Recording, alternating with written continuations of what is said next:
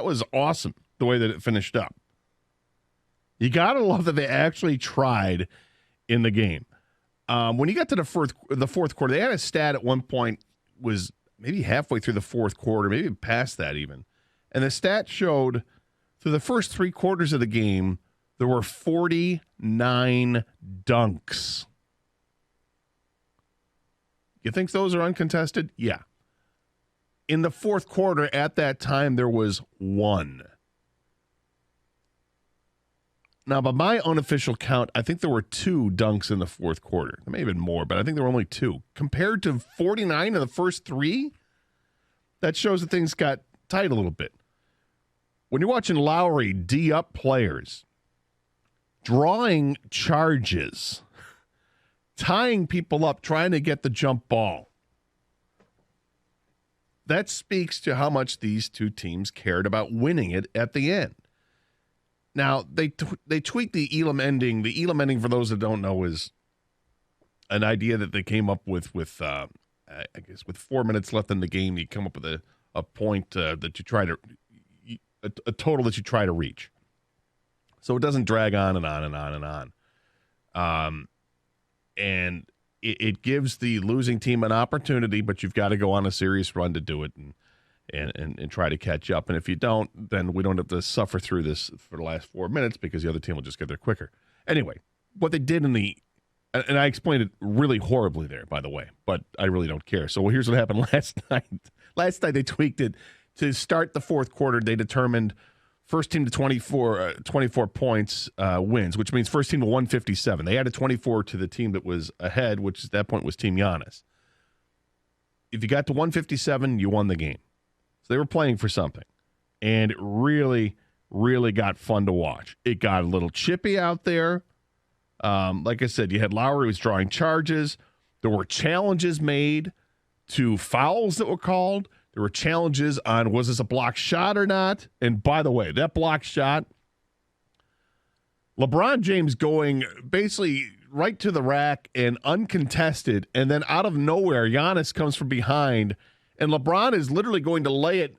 He takes the ball with his hand and goes to lay it in, and his knuckles are almost on the backboard when he's laying the ball against the backboard to go in. And Giannis came out of nowhere and just swatted it to the side, kind of smeared it against the backboard. They called goaltending. They reviewed it. After a while, they came out and said, yeah, you know what? Not goaltending, clean block. And it was awesome. Because I'm like, when I first saw it, no, that's goaltending. And every time I watched the replay, I'm like, it's goaltending. And then there was like one angle and I thought, maybe it's not goaltending. Is that actually a clean block? That's incredible. And that's why you watch the All-Star game, to see the best of the best at what they do. You see the Greek Freak going up there, the team captain against the other team captain, and wiping away the shot. It was awesome. The players are complaining about fouls. Now, given these guys make a living complaining about fouls, but to do it in an All-Star game, and you have the All-Star complainers like James Harden and LeBron James on the same team, their hands are up in the air, LeBron's doing the duck walk, he gets all pissed off. It was fantastic. And oh, by the way, in the fourth quarter, they were playing defense. They were really trying to stop the other team from scoring. It was incredible. And it all came down to the free throw line at the very end of the game, which is kind of a downer of the whole thing, but it was an obvious foul. Team LeBron was going to go for the win there. They cleared things out. Anthony Davis inside. They threw the pass to him, and as he's going to grab the pass, he's being pulled down and to the side by Lowry. He hangs onto the ball, and they call the foul, and he's got 2 free throws to make one of them to win the game. And it sucks that you get to the point where all this great basketball, and it's going to end at the free throw line, but there was still intrigue because he had to make one. And Joel Embiid got up in his grill and started trying to rent space in his head like he had done to Andre Drummond for years. Piston fans, we've seen this game played before. But he's trying to do it to Anthony Davis, one of the best players, if not the best player in the league. And Davis misses the first free throw. and things start to tighten up a little bit. And then he makes the second free throw, and it's all over. And that part was kind of anticlimactic, but it was great. It was a great game. Not the greatest finish, but still the best finish it could be at once there was a foul called. I was very intrigued by it. I thought it was pretty good basketball, certainly in the fourth quarter. In the second half, guys are really trying, and I think that's what we want to see as fans. We want to see that effort, because just watching guys sit past the three-point line and jack up three-pointers, there's not a whole lot of intrigue to that. And I think they took well over 100 three-point shots when all was said and done. Like 110 three-point shots taken in this game. Obviously, there were over 50 dunks in the game. So it's not a dunk, it's a three-point shot. That's kind of boring. But when you watch the end of that game, the fourth quarter in particular, the entire fourth quarter, and actually the last few minutes of the third quarter, going into the fourth quarter, that's where you saw what everybody wants to see from an all-star game. Ultra competitive. The last 15 minutes of that game were better than any all-star game I've ever seen in my life, of any kind. When it goes to the Major League Baseball all-star game, which is really the only one that's comparable to it, because the NHL all-star game is just different with the format. I mean, you can't really get into the 3-on-3 thing. It's a gimmick, and it's only because the regular all-star game is just atrocious. And, of course, the Pro Bowl, who cares? Nobody even wants to touch anybody. It's basically it's flag football when you get to the Pro Bowl.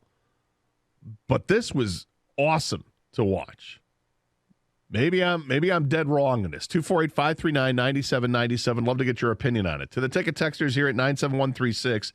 I mentioned about Dwight Howard, and Dwight Howard gets no respect. I thought his dunk to start off the dunk competition, I thought it was great. Basically does a 360, pause in the air with a crucifix, turn around and slam it. It was amazing. Unnamed texter. No one has liked Dwight Howard in over 10 years. This is true. I always liked Dwight Howard. I thought Dwight Howard to me was like, he was what I wanted Andre Drummond to be when he was younger. Not Andre Drummond, but Dwight Howard when he was younger. Because he had all this talent, but he was just having fun. He was smiling all the time, and people liked him a lot. And then people stopped liking him when Orlando stopped being competitive, and he wanted out of there, and then it became no fun. I always wish that Andre Drummond played with that same exuberance and just enjoy the game. But that's not Andre Drummond.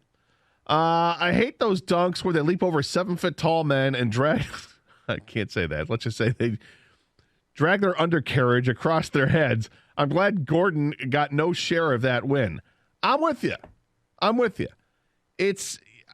not that impressed when you're jumping over some guy, when you're pushing off his shoulders to launch yourself over higher so that you don't turn yourself into a soprano before you actually hit the dunk shot. I love the when Blake Griffin brought out a car. That was cool back in the day. Dwight's dunk was a 360 Statue of Liberty. The regular SOL dunk was featured in the dunk contest on Jordan vs. Bird Classic. Look it up on YouTube. Albert in Detroit. I really enjoyed the Dwight Howard dunk. Listening to Reggie and Kenny was definitely the worst part of the dunk contest. That's Gary in South Carolina.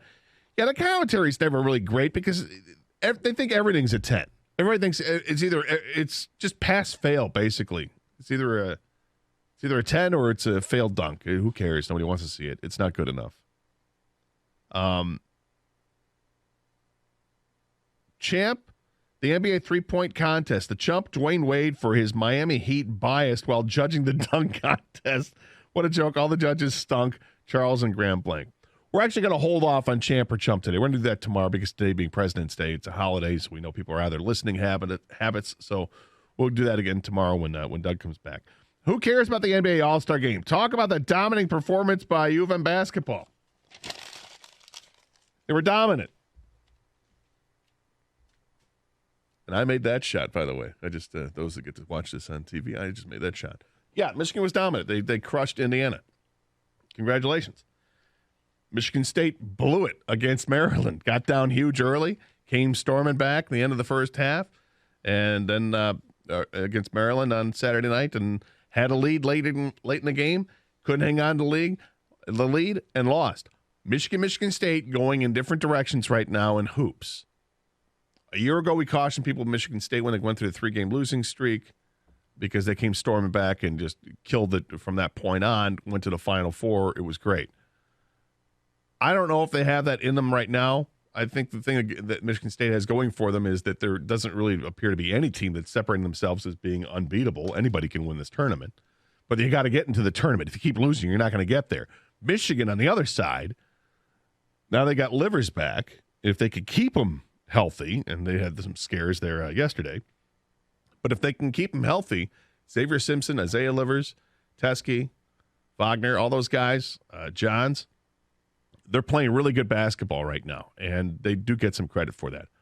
But I thought the All-Star game was awesome. And I'm not an NBA guy at all, and that's what we're talking about. 248-539-9797 is the telephone number. More of your calls next here, 97.1 The Ticket.